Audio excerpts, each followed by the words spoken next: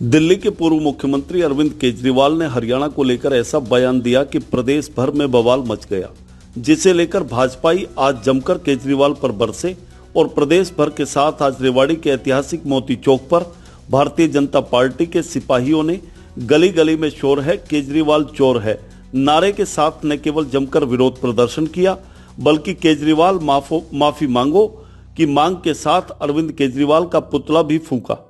भाजपा जिलाध्यक्ष डॉक्टर वंदना पोपली के नेतृत्व में हुए इस धरना प्रदर्शन के दौरान भारतीय जनता पार्टी के कार्यकर्ताओं ने अरविंद केजरीवाल को खूब खरी खोटी सुनाई। इतना ही नहीं, डॉक्टर वंदना पोपली ने कहा कि अरविंद केजरीवाल ने यह बयान देकर हरियाणा की पीठ में छुरा घोंपने का काम किया है। अपने आप को हरियाणा का बेटा कहने वाला केजरीवाल हरियाणा पर झूठे आरोप लगा रहा है, लेकिन पिछले 10 सालों के कुशासन से दिल्ली की जनता दुखी आ चुकी है और दिल्ली में हो रहे विधानसभा चुनाव में दिल्ली की जनता केजरीवाल को मुंह तोड़ जवाब देगी और दिल्ली में भारतीय जनता पार्टी पूर्ण बहुमत के साथ सरकार भी बनाएगी।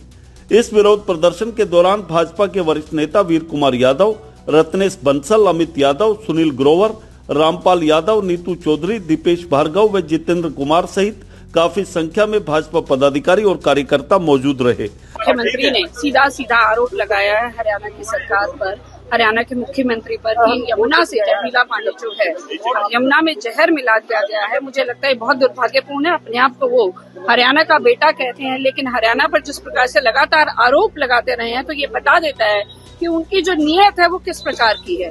वो सिर्फ सत्ता सुख के लिए कुछ भी कर सकते हैं। आज जब समय आ गया है कि 10 साल के बाद दिल्ली की जनता उनसे जवाब मांग रही है, तो जवाब उनके पास मिल नहीं रहा। जब आए थे तो बोलकर आए थे कि मैं जी यमुना को साफ कर दूंगा, लेकिन आज जब सफाई नहीं हो रही तो कहीं ना कहीं ठीकरा फोड़ने की कवायद है। और ये पहली बार नहीं है, पहले भी ये केजरीवाल लगातार इस तरह के काम करते रहे हैं। चाहे दिल्ली में सूखा पड़े, बाढ़ आए, कोरोना हो, हर समय या तो केंद्र पर या हरियाणा पर या यूपी पर इस तरह का ठीकरा फोड़ देते हैं। मुझे लगता है कि आज की स्थिति में दिल्ली की जनता जान चुकी है कि अगर दिल्ली में कुछ ठीक हुआ है तो केजरीवाल जी की खांसी ठीक हुई है। केजरीवाल जी की खांसी के अलावा कुछ ठीक नहीं हुआ है। सब कुछ बिगाड़ने का काम उन्होंने किया है और आज वो आरोप लगाना चाहते हैं भारतीय जनता पार्टी पर, लेकिन हम उनकी नीयत को समझ चुके हैं। जब कभी दिल्ली में चुनाव होते हैं तो किस प्रकार के सबूत, कभी बाढ़, कभी सूखा, कोरोना के समय जब तक अमित शाह जी नहीं उतरे थे तब तक इनके संबल में कुछ नहीं आया था। तो इनको करना कुछ आता नहीं है, इनको सिर्फ शोर मचाने की राजनीति करनी है, इनको झूठी कस्में खानी है, इनको झूठ बोलना है। इसके अलावा इनको काम तो कुछ करना ही नहीं है। ये लूटने के लिए आए थे। शराब घोटाला ले लीजिए, शीश महल को ले लीजिए, इनका काम सिर्फ लूटने का है। जनता तो इनके लिए कहीं पर है ही नहीं पिक्चर में। अब तो मुख्यमंत्री का बयान सामने आ गया कि मानहानि का दावा करेंगे। बिल्कुल, मुख्यमंत्री जी ने कहा या तो वो माफी मांगे, नहीं तो मानहानि का दावा करेंगे, क्योंकि ये तो लगातार हो गया, इनका काम यही हो गया। खुद से काम होता नहीं है, आरोप दूसरों पे लगाने लगते हैं। तो मुझे लगता है कि मुख्यमंत्री जी ने बहुत स्ट्रांगली इस बात का जवाब दिया है और भारतीय जनता पार्टी कंडेम करती है केजरीवाल जी ने जो ये बयान दिया है। हम उसके विरोध में यहाँ पर धरना प्रदर्शन में बैठे। केजरीवाल का क्या कहेंगे? मुझे लगता है आज बहुत ही दुर्भाग्यपूर्ण दिन है। किस प्रकार से केजरीवाल जो अपने आप को हरियाणा का बेटा कहता है और यहाँ पर जो सारे आरोप है वो बार बार हरियाणा पर लगा दिए जाते हैं, तो एक तरह से पीठ पे छुरा घोंपने का काम लगातार से केजरीवाल कर रहा है। और मैं ये भी कहना चाहूंगी कि जिस प्रकार से उन्होंने आरोप लगाया है कि हरियाणा ने यमुना के पानी में जहर मिला दिया, मुझे लगता है इससे ज्यादा खराब बात नहीं हो सकती है। उनको शर्म आनी चाहिए, उनको माफी भी मांगनी चाहिए। अगर उनको पराली का धुआं लगता है तो हरियाणा से लगता है, अगर बाढ़ आती है तो भी उनको हरियाणा पे आरोप लगाना है, सूखा है तो भी आरोप यहीं पर लगाना है। उन्होंने खुद कुछ करना नहीं है, सारे के सारे आरोप वो हरियाणा पर या भारतीय जनता पार्टी की सरकार पर लगाते हैं।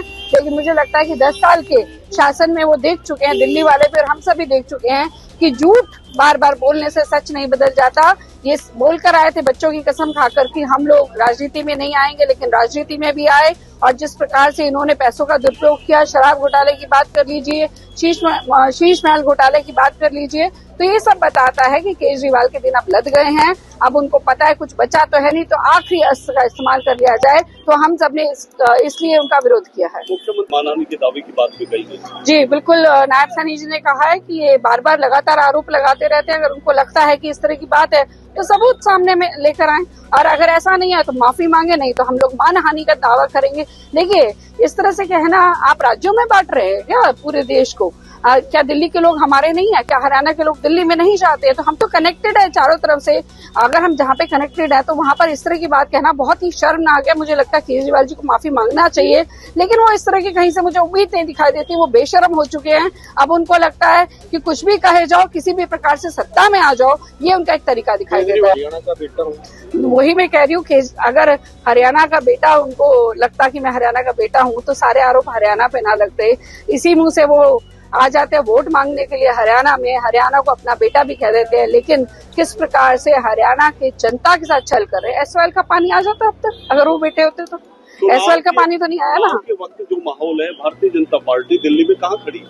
फिलहाल मुझे लगता है कि जिस प्रकार से केजरीवाल बौखलाया हुआ है, जनता का जिस प्रकार से रुख दिखाई दे रहा है, मैं मान रही हूँ कि भारतीय जनता पार्टी दिल्ली में सरकार बना रही है और अच्छे मैंडेट के साथ बना रही है। रेवाड़ी से न्यूज वॉइस के लिए संजय कौशिक के साथ अजय सागर अत्री की रिपोर्ट।